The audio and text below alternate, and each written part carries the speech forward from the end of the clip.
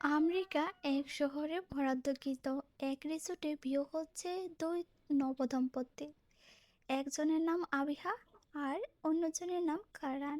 বিয়ে সম্পর্কে সবচেয়ে পবিত্র আর মধুর সম্পর্ক, যার দ্বারা দুজনই নবদম্পতি তাদের নতুন জীবন শুরু করে। সারা জীবন একে অন্যের পাশে থাকার প্রতীক্ষা করে। সুখে দুঃখে জীবনের প্রতিটা ক্ষেত্রে তারা ছায়া হয়ে একে অন্যের পাশে থাকবে। প্রায় প্রায় দুপুর 2টা।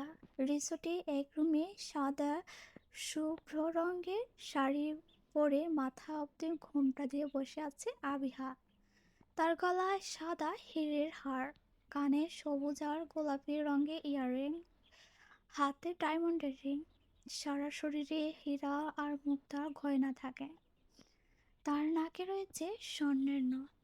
সাধারণত সাজসজ্জায় আবিহাকে ভীষণ সুন্দর লাগছে। আবিহার ফর্সা মুখে লজ্জার রক্তিম আভা ফুটে উঠেছে। তার তার চোখে রয়েছে শত খানিক স্বপ্ন। আজ তার জীবনের নতুন অধ্যায় সূচনা হতে যাচ্ছে। অপরপক্ষে মেঘ তার রুমে আয়নার সামনে দাঁড়িয়ে রয়েছে। বিয়ের অনুষ্ঠান আজ সকালে। সকলে সাদা রঙের শাড়ি বা জামা পরবে। আজিয়ানে আমেরিকায় বিয়ের অনুষ্ঠান প্রায় সকালে সাদা রঙের ড্রেস পরে থাকে, যার জন্য এই বিয়ের অনুষ্ঠানে সকালে ড্রেসিং কোড সাদা ঠিক করা হয়েছে। মেঘ সাদা রঙের একটা গোল্ড রাউন্ড জামা পরেছে, তার মধ্যে হালকা সোনালী রঙের পুঁতি দিয়ে কাজ করা। যা আজ সে শাড়ি পরবে না, কারণ বিয়ের অনুষ্ঠানে তার অনেক কাজ। সকালে কাজিনদের সাথে মিলে যে দুষ্টু পরিকল্পনা করেছে তা সফল করতেই হবে। তাছাড়া বিয়ের অনুষ্ঠানে মেগাস ডান্স করবে।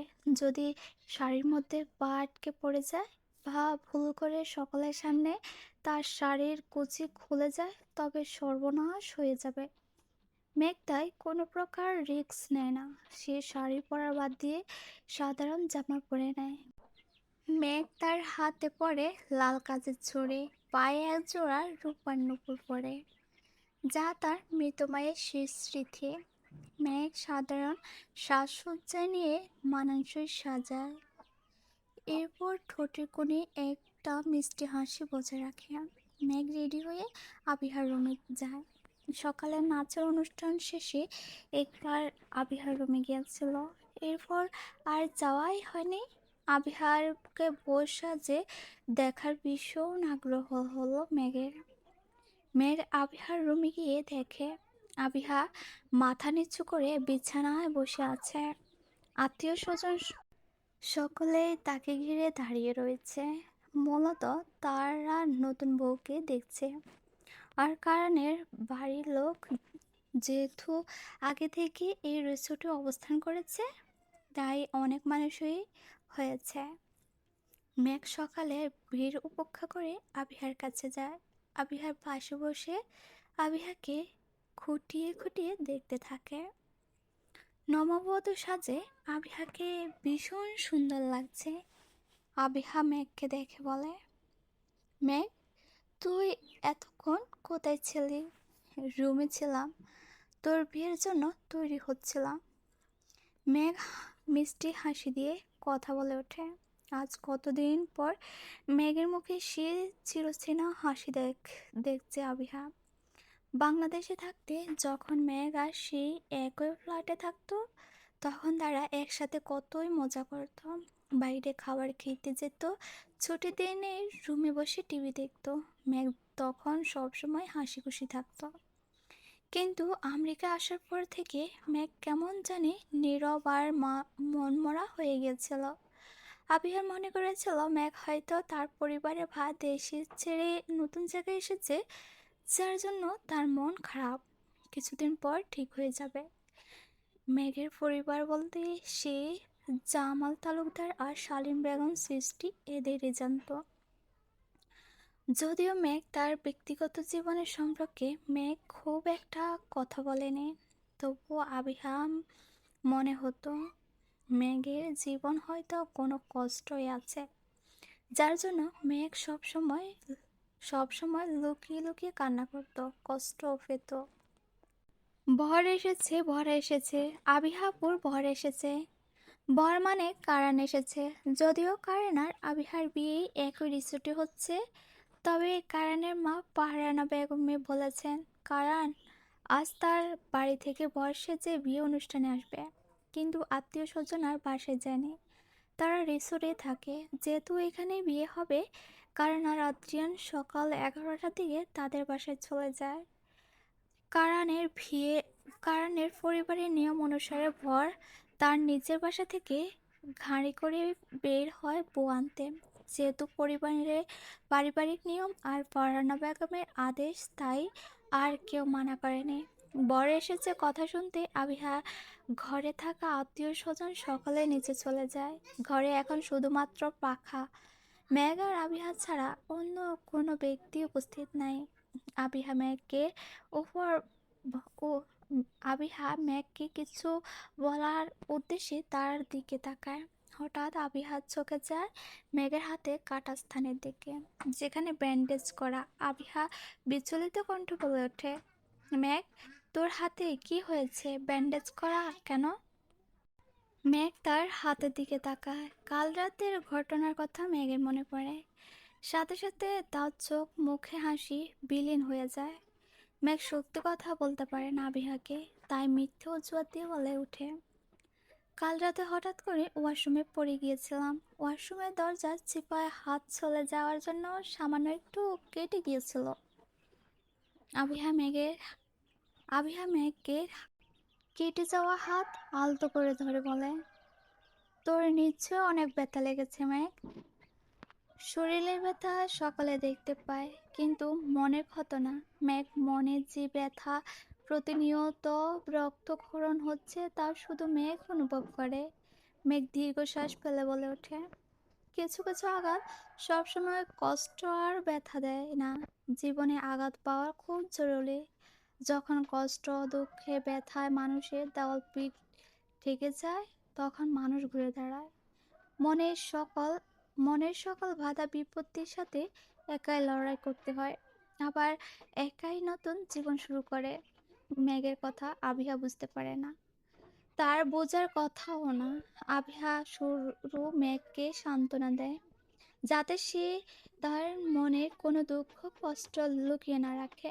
যদিও কোনো কষ্ট থাকে, তবে যেন তার সাথে শেয়ার করে। কিন্তু মেঘ মুখ খুলে ফুটে কিছুই বলে না। সে মিষ্টি হাসি দিয়ে বোঝায় তার মনে কোনো কষ্টই নেই।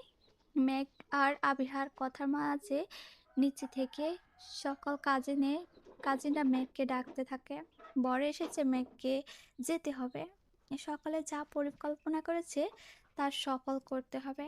মেঘ আবিহার রুমে থেকে বের হয়ে নিচে চলে যায়।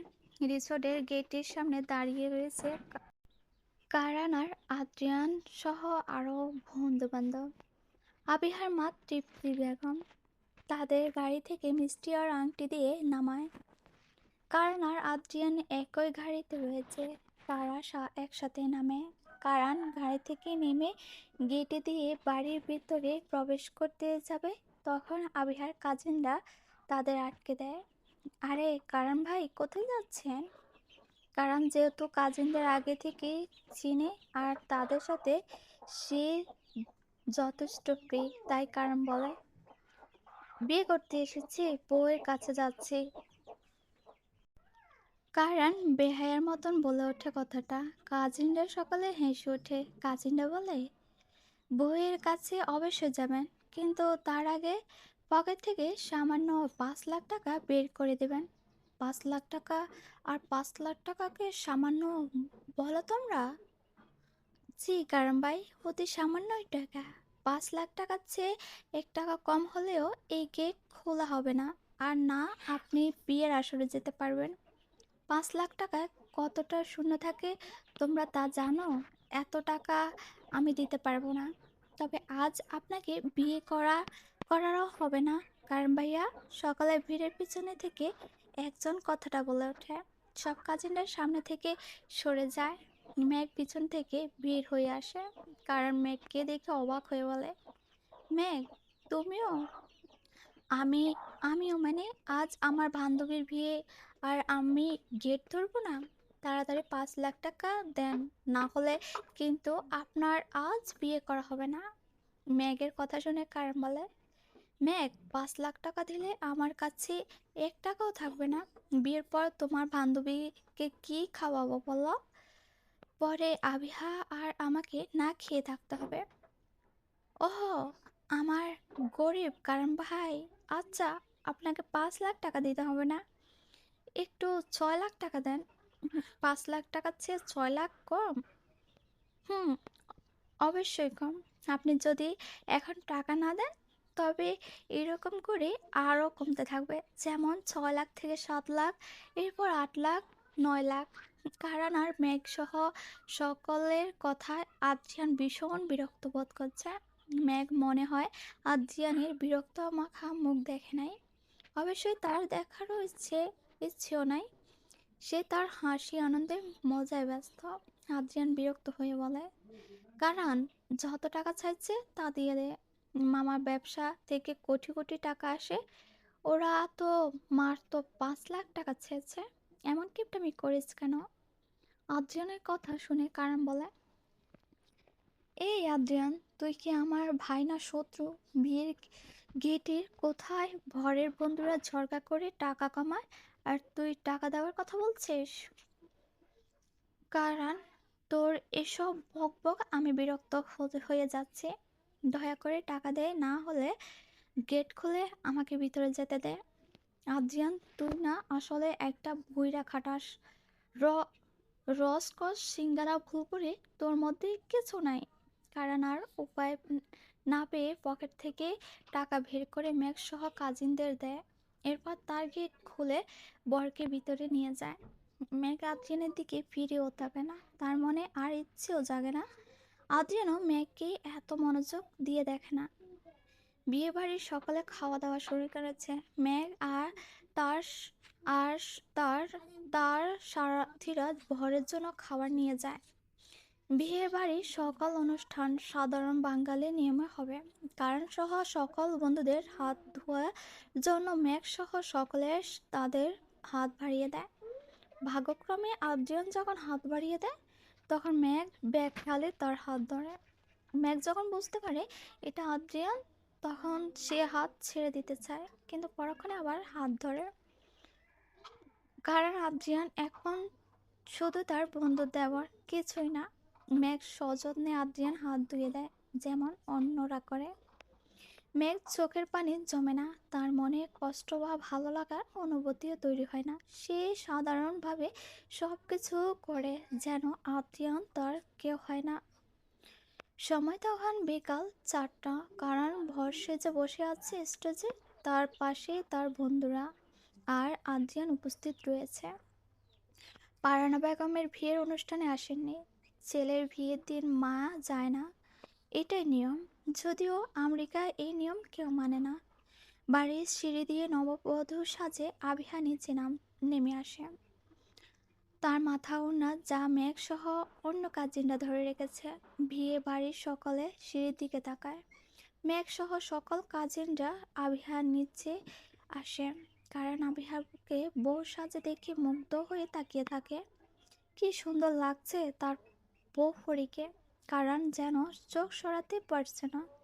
আবিহা স্টেজে আসার পূর্ব রাস্তায় ফুলের পাপড়ি বিছিয়ে দেওয়া হয়েছে। আবিহা স্টেজে বসে থাকা বর সেজে থাকা কারণকে দেখে। কারণ তার দিকে মুগ্ধ হয়ে তাকিয়ে আছে। দেখে আবিহা লজ্জা মিশ্রিত হাসি দেয়। মেঘ শুধু তাকিয়ে থাকে আবিহার দিকে। ভালোবাসার মানুষের সাথে যখন বিয়ে হয়, তখন মানুষ কতটা হাসি খুশি থাকে, তবে পূর্ণতা যে সব সময় প্রেমের ভিড়ের মধ্যে আসবে তা কিন্তু ভুল। পারিবারিকভাবেও বিয়ে হলেও মানুষ সুখী হতে পারে। প্রতিটা মানুষ তার জীবনে উত্তম একজন জীবনসঙ্গী চায়, যে মানুষটা শুধু তার হবে, একান্তই ব্যক্তিগত তার। আবিহাকে স্টেজে নিয়ে যাওয়া হয়। কারানের পাশে বসায় আবিহাকে। আবিহা মাথা নিচু করে বসে আছে। সকল কাজিনরা ছবি তুলছে, ভিডিও করছে। কারণ আবিহার সামনে কাছে যায়, এরপর ধীরে ধীরে বলে ওঠে, ইস, আজ আমার বউকে দেখতে কত সুন্দর লাগছে। বউ, এত সুন্দর হয়েও না, আমার তোর নজর লেগে যাবে। কারণের কথা শুনে আবিহার লজ্জার পরিমাণ দ্বিগুণ হয়ে যায়। সে মাথা আরো নিচু করে ফেলে। কারণ শব্দ করে হেসে ওঠে। একটু পর কাজে আসে। বিয়ের স্টেজে পাশাপাশি বসে থাকা ভর বউয়ের সম্মতি নিয়ে বিয়ের পড়ানো শুরু করে দেয়। কাজী প্রথমে আবিহাকে জিজ্ঞেস করে, আবিহা মা, তুমি কি কারান চৌধুরীকে বিয়ে করতে রাজি আছো? রাজি থাকলে কবুল বলো। আবিহা নিচু কণ্ঠে বলে ওঠে, কবুল, কবুল, কবুল। কাজী আবার কারানকে জিজ্ঞেস করে, কারান, তুমি কি আবিহাকে বিয়ে করার জন্য রাজি আছো? জি, আমি রাজি। কবুল, কবুল, কবুল। আলহামদুলিল্লাহ, বিয়ে সম্পূর্ণ হয়ে গেছে। আজ থেকে আপনারা স্বামী স্ত্রী। আবিহা কবুল বলার সময় মেঘ একবার তাকে আদ্রিয়ানের দিকে। 14 বছর বয়সে সেও এই মানুষটার জন্য কবুল বলেছিল, তার স্বামী হিসেবে গ্রহণ করেছিল। কিন্তু 7 বছর পর ওই মানুষটা তার জন্য ডিভোর্স পেপারে সাইন করেছে। তার মুখ দিয়ে তালাক শব্দটা উচ্চারণ করেছে, অন্য নারীর সাথে সম্পর্ক করেছে। তার প্রতি সত্যি মনে কোনো মায়া বা ভালোবাসা রাখা উচিত? মেঘ এত বোকা না যে না মানুষ তার না তার ভালোবাসা লোভ করবে। মেঘ ঘৃণা তার দৃষ্টি সরিয়ে নেয়। এরপর আবার বিয়ের অনুষ্ঠানের উপর মনোযোগ দেয়। বিয়ে শেষ হওয়ার পর রিসুডি মাঠে গান বেজে ওঠে। সকল কাজিনরা সারিবদ্ধ হয়ে নাচানাচি শুরু করে দেয়। মেঘ গান শুনে তার নাচের কথা। মেঘ তাড়াতাড়ি করে নিচে চলে যায়। এরপর গানের তালে তালে ডান্স করতে থাকে। মিউজিক বলে বেজে ওঠে। মেঘ তার কাজিনদের সাথে সকল আত্মীয় স্বজনও যোগ দেয় নাচে। মেঘ কারণ আর আবিহাকে স্টেজ থেকে নিচে মাঠে নিয়ে আসে। কারণ আত্রিয়ানের নাচার জন্য আসতে বলে, কিন্তু আত্রিয়ান নিষেধ করে দেয়। পরে কারণে জোর করে তাকে মাঠে নিয়ে আসে। মেঘ সহ সকালে নাচতে থাকে। আদ্রিয়ানও ড্যান্স করে।